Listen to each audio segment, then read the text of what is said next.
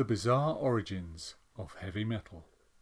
A while ago, when doing some research on the Blue Oyster Cult, I came across some pieces on the inspirations, origins of heavy metal rock music.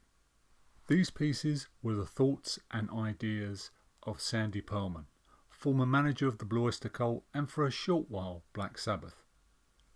And these pieces were very thought-provoking and they made a lot of sense. So here's Mr. Pearlman's ideas mixed in with some research of my own. Now Sandy says that Hector Berlioz was the inventor of the modern symphony orchestra. He tremendously inflated the size of the orchestra, especially the amount of brass that was present, and also in the choral section. Berlioz was commissioned to compose a requiem mass by the French government. This was to be performed outside at the Place de la Concorde in 1837. So Berlioz created an enormous orchestra and a huge choral section to perform it. The Des Irae section, the Day of Wrath, had over 700 voices on the choral section.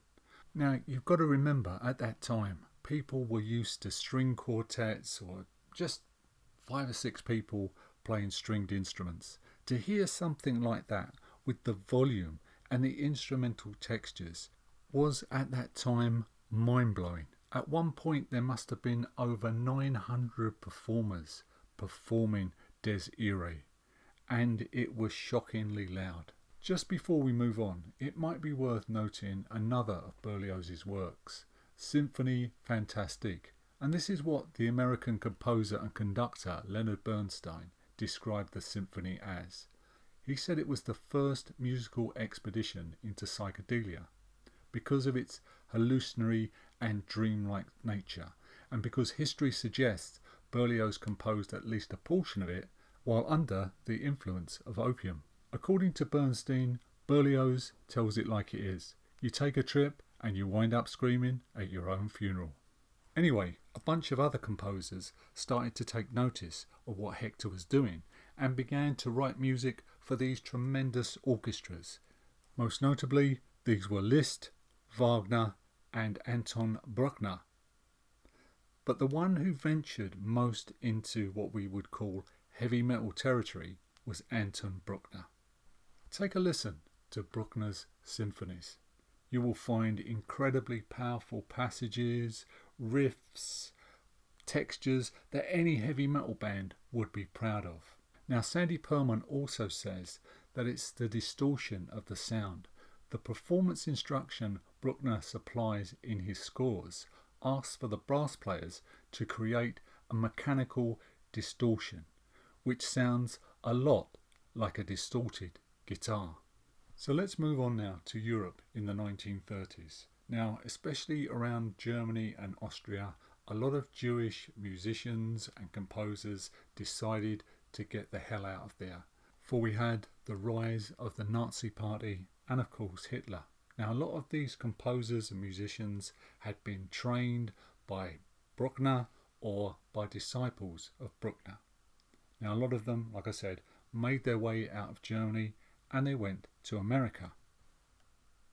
One example of this migration was Franz Waxman, who in 1934 suffered such a severe beating by Nazi sympathizers, this was happened in Berlin, that this led him to move from Germany to Paris and then to Hollywood. Waxman, when in Hollywood, met James Whale, who had been the director of Frankenstein. Whale gave Waxman the task of scoring his new film, The Bride of Frankenstein. Waxman's score for that film is a stone-cold classic. So many of those exiled European composers ended up in Hollywood making music for films, especially horror and science fiction films. Now, a lot of those soundtracks had Bruckner written all over them. They were dramatic, they were bombastic, they were full of Bruckner's textures and riffs and all of that stuff. In the 1950s, the TV companies, then in their infancy, started to buy up the rights for all of these classic horror movies and science fiction movies and showed them endlessly on TV. You also had the cinemas doing their late night triple bills. So you had these generations of young men being constantly bombarded, exposed to Bruckner influenced music. And it kind of fell in sync with the birth of rock and roll.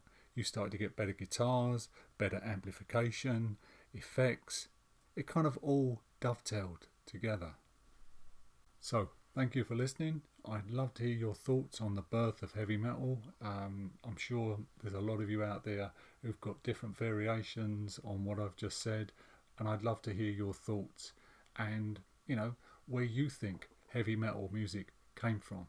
So, take care, look after yourselves, please subscribe to the channel, and I'll see you in the next video.